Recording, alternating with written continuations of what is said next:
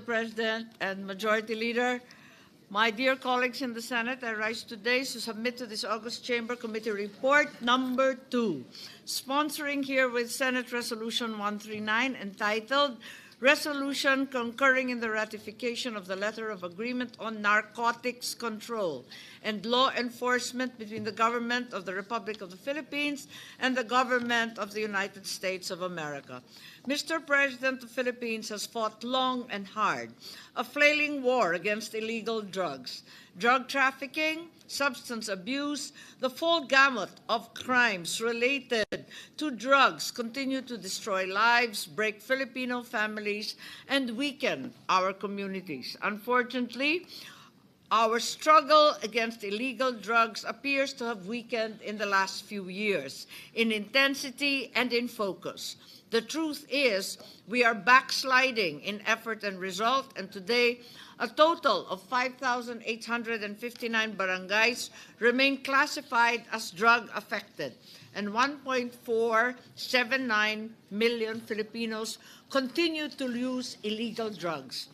Since January 2024, a total of 52.12 billion worth of illegal drugs were confiscated, showing that the flow of illicit substances remains alarmingly persistent. Ang mga dating adik nagbalik loob sa pagiging adik. Yung mga dating takot ang lalakas na ng loob. Ang mga pusher di na nagpo-push back. Ang mga user, himbis gamutin, binigyan ng alibay. Durog na ang Pilipinas. Marami na naman durugistang Pilipino. Marami na naman nakawan dahil naghahanap ng pantustos sa bisyo nila. Laganap na ulit ang krimen dahil laganap na ulit ang droga. High, happy days are here again.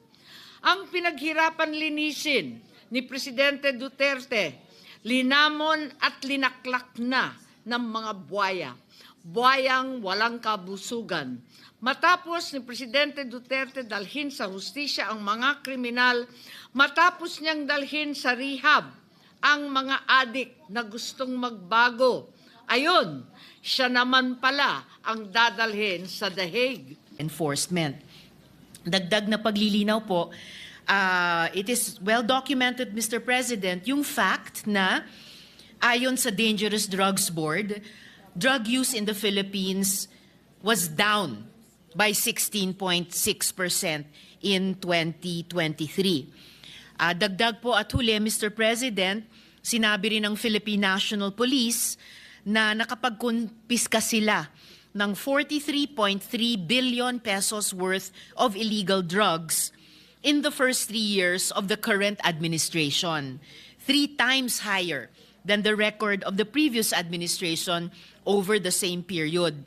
Ito po ay ayon kay PNP spokesperson, Police Brigadier General Jean Fajardo, na pinansin na nung unang kalahati nung nakaraang administrasyon, kung kailan inilunsad nga yung war on drugs, mayroon pong 14.3 billion pesos worth of drugs na nakuha po ng PNP. 1/3 po sa 43.3 billion pesos na nakumpiska ng PNP nung unang 3 taon nitong kasalukuyang administrasyon. For the record, Mr. President,